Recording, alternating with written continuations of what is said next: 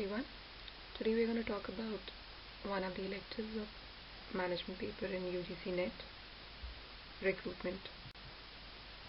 Recruitment is basically a process through which a pool of candidates is created by the company so that the best candidate or the suitable candidate who has prospects as well as potential, he can be made to apply in the company. Now this process of recruitment is influenced by two sets of factors, exogenous and endogenous.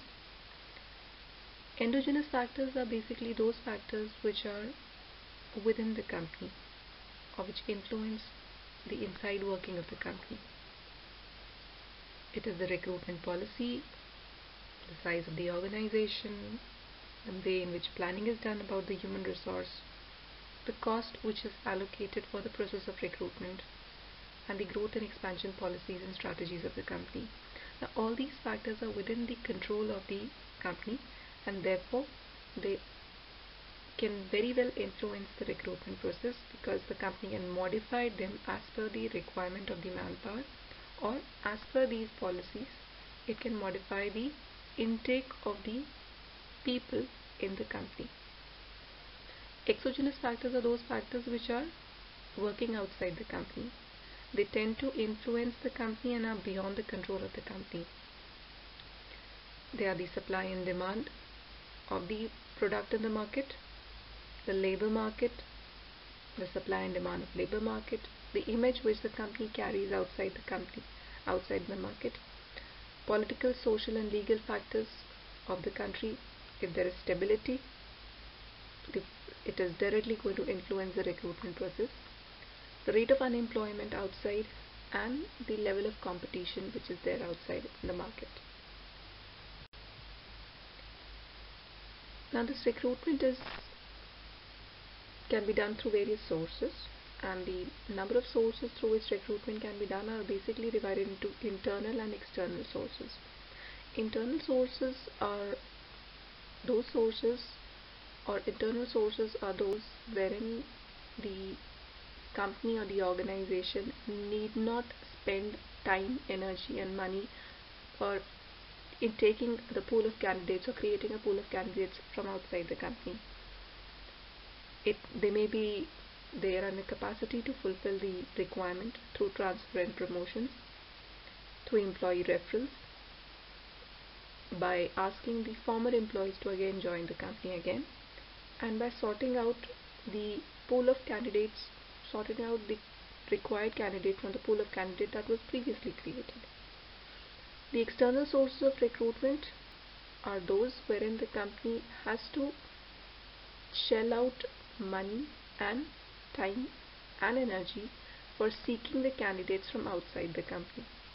This can be done through e-recruitment, through professional associations, by floating advertisements, by employment exchanges, campus recruitment, going to the different universities and colleges for the sake of hiring people, consultants and contractors.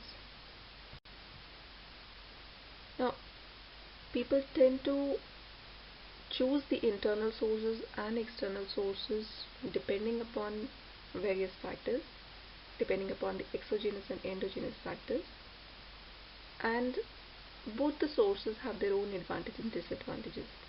If you talk about the internal sources are obviously less costly.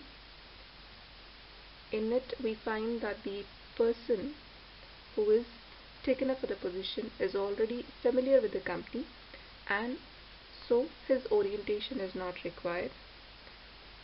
It helps the employees who are working in the company to get a morale booster because they know that they have a chance of growth in the company, and they also understand that if they perform well, they will be rewarded well by the company. It has some disadvantages wherein the people who are coming from a specific skill set, it encourages them to not go for any kind of improvement. Also, when there is internal recruitment through transfers and promotions, Political or politics plays a very great role. Politics becomes very obvious in such organizations. And at times it tends to demoralize people who are not promoted or who feel that they have not been adequately rewarded for their efforts. When it comes to external sources, the obvious advantage is that it brings in the fresh breeze in terms of new talent, new skills, experience in the company.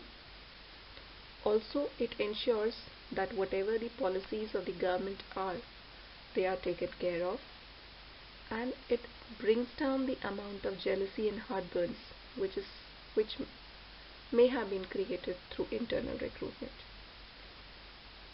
The identified disadvantages of external recruitment are that it is costly. Also, when new people walk into the company, they find it difficult to adjust, and it takes a longer time to groom them as per the expectations and the environment of the company. Also, at times it is found that people tend to lose their morale because they know that they'll not be promoted for the efforts that they are putting in for the company.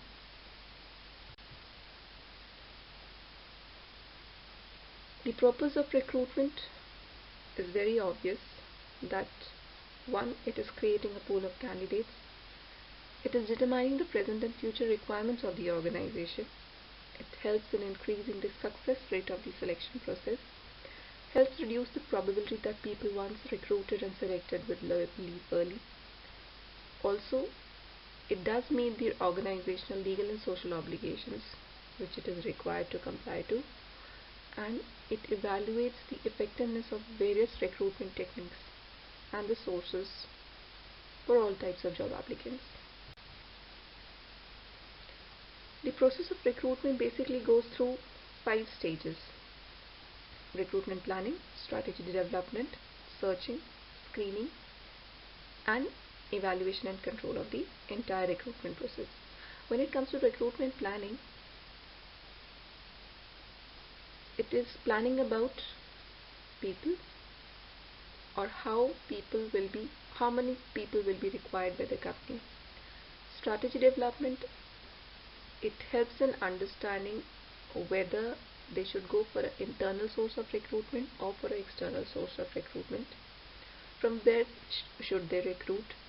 What kind of requirement is there in the company?